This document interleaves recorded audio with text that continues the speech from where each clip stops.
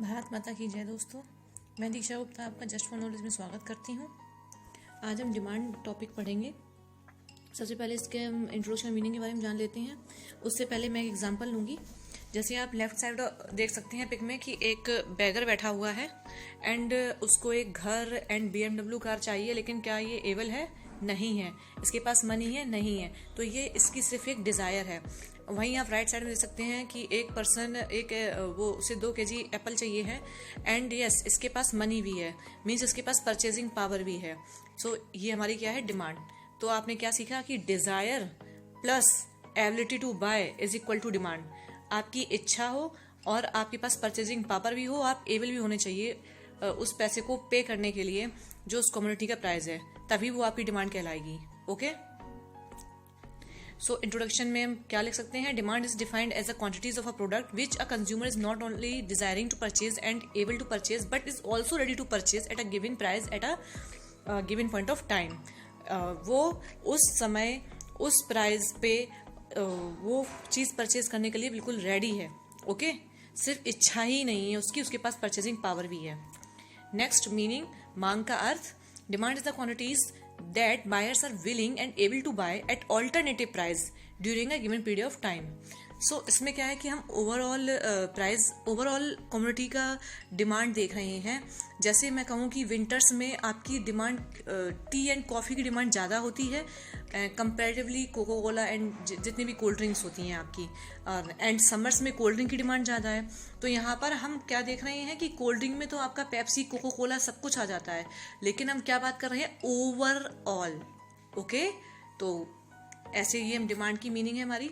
तो वही है, यहाँ पर फिर से हम डिमांड को समझ लेते हैं। क्या है कि ये बंदा पिज़्ज़ा खाना चाहता है, ठीक है, इसकी ये डिज़ायर है, इच्छा है, बट ये विलिंग भी है एंड वो उसको परचेज भी कर सकता है क्योंकि उसके पास क्या है? मनी है, परचेजिंग पावर है।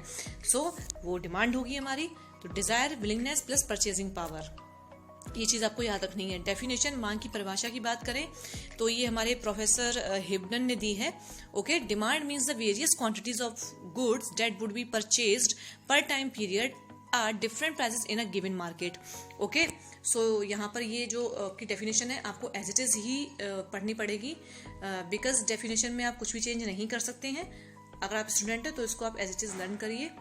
एंड डेफिनेशन को हम 3 पार्ट्स में डिवाइड कर सकते हैं, जैसा कि अभी तक हम पढ़ते आ रहे हैं कि quantity of a good and price of a good and a time period. ये 3 कंपोनेंट्स बहुत इंपॉर्टेंट हैं डिमांड में। Okay. So meaning of quantity demanded. अब हम क्वांटिटी डिमांड की बात करते हैं। अभी आपने डिमांड के बारे में पढ़ा था कि डिमांड एक हमें ओवरऑल बता रही थी किसी कम्युनिटी की डिमांड, पर अब हम यहाँ पर अगर क्वांटिटी डिमांडेड की बात करें तो यहाँ पर पर्टिकुलर क्वांटिटी की बात होगी। पहले हम इसकी मीनिंग पढ़ लेते हैं एक बार। Quantity demanded is the quantity of a commodity that peoples are willing to buy at a particular price at a particular point of time. Particular point of time पर पर्टिकुलर प्राइस पर जब वो willing है किसी चीज़ को purchase करने के लिए, तो वो क्वांटिटी डिमांडेड होगी। जैसे मैं बात करूं कि जैसे मैंने कहा कि अभी विंटर्स में किसकी डिमांड ज़्यादा है? टी एंड कॉफ़ी की। तो अब टी एंड कॉफ़ी में से वो किस चीज़ को परचेज कर रहा है? कॉफ़ी को। और कॉफ़ी का अगर प्राइस उस टाइम पे जो भी है, उसे कॉफ़ी पीनी है एंड कॉफ़ी का प्राइस 10 रुपये है मान लो, तो उसने 1 कप कॉफ़ी पी, अगर तो 1 मग अगर कॉफ़ी पी है उसने, तो वहां पर ये क्वांटिटी डिमांडेड होगी। ओके। कि पर्टिकुलर प्राइस पे उसने कितनी क्वांटिटी पी? 1 कॉफ़ी। तो ये उस क्वांटिटी की उतनी क्वांटिटी की डिमांड हो गई। ओके। तो ये क्वांटिटी डिमांडेड है हमारी। डिमांड वर्सेस क्वांटिटी डिमांडेड, तो कैसे हम समझ सकते हैं इसको? जैसे आप यहाँ पर एक कर्व के थ्रू समझ सकते हैं कि यहाँ पर चेंज इन क्वांटिटी डिमांडेड कैसे, कि भाई 10 रुपये जब प्राइस था तो उस कम्युनिटी की कितनी डिमांड थी? 200। जब उसका 20 हो गया तो 100 है डिमांड। आप देख रहे हैं कि जैसे प्राइस इंक्रीज हुआ तो ऑब्वियसली जैसे आपको पता ही होगा कि जब प्राइस इंक्रीज होता है तो डिमांड कम होती है, एंड जब प्राइस कम हो जाता है तो उसी कम्युनिटी की प्राइस क्या होती है? डिमांड बढ़ जाती है। इनवर्स रिलेशन है दोनों के बीच में, ऑपोजिट रिलेशन है। ठीक है। तो यहाँ पे क्या हो रहा है? क्वांटिटी डिमांडेड यहाँ पे चेंज हो गई, ठीक है, उस कमोडिटी की।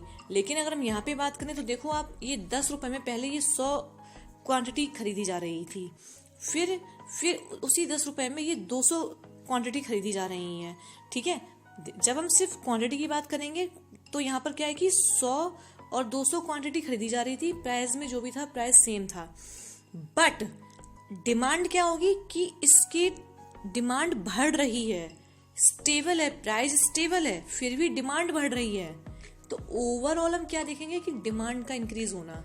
क्या पता कि आपकी सर्दियां आ गई हों, पहले कॉफ़ी की प्राइस, जैसे कॉफ़ी 10 रुपए की पहले भी बिक रही थी, तो जैसे समर्स में क्या था कि कॉफ़ी की डिमांड इतनी नहीं थी, ओके, जैसी विंटर आई तो कॉफ़ी की डिमांड बढ़ गई, तो ये डिमांड की बात होगी। और यहाँ पे कमोडिटी की बात होगी, पर्टिकुलर कमोडिटी की, उस टाइम पे पर्टिकुलर प्राइस, क्वांटिटी डिमांडेड में, ये आपको थोड़ा ढंग से समझना पड़ेगा।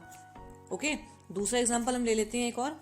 जैसे यहाँ पर आप देखो कि 5 रुपए का था जब ये आइसक्रीम, तो 2 स्कूप पर डे के हिसाब से इसके कंज्यूम कर रहा था कंज्यूमर। ओके, जब 10 रुपए का हुआ तो 1 स्कूप पर डे के हिसाब से करने लगा, जब 1 रुपए का हुआ तो 3 स्कूप पर डे के हिसाब से करने लगा। मतलब प्राइस के इंक्रीज और डिक्रीज होने से क्या हो रहा है कि स्कूप जो जितने कंज्यूम कर रहा था उसमें डिफरेंस आ रहा है, लेकिन इसकी डिमांड अभी भी है मार्केट में, है ना। तो जो इसकी डिमांड को शो कर रहा है वो ओवरऑल डिमांड हो गई, और जो ये क्वांटिटी डिमांड है एक पर्टिकुलर टाइम पे, ये क्वांटिटी डिमांड होगी आपकी। तो इसका आप देख सकते हैं कि quantity demanded is the specific amount of quantity that you will purchase at a specific price of the good, specific amount and specific price, ठीक है। एंड डिमांड में क्या है, demand refers to different possible quantities of a commodity that you are ready to buy at different possible prices of a commodity. Different possible quantities और different possible prices पे भी आप उसको परचेज कर रहे हैं, वो डिमांड है। ओके, जैसे वही कॉफी का एग्जांपल ले सकते हैं आप इसमें, ठीक है।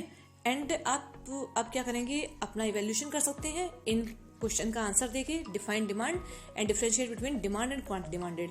अगर आपको कोई चीज समझ में नहीं आई है तो आप कमेंट बॉक्स में कमेंट कर सकते हैं एंड अपने डाउट्स को पूछ सकते हैं, और आप मुझे टेलीग्राम पर भी फॉलो कर सकते हैं, जिसका लिंक मैंने डिस्क्रिप्शन बॉक्स पे दिया है, वहां भी आपके डाउट्स को एंड देखा जाएगा। और आपको अगर वीडियो पसंद आई है तो आप लाइक भी कर सकते हैं, शेयर सब्सक्राइब सब कर सकते हैं। And thank you for watching. Bharat माता की जय, जय हिंद, जय भारत।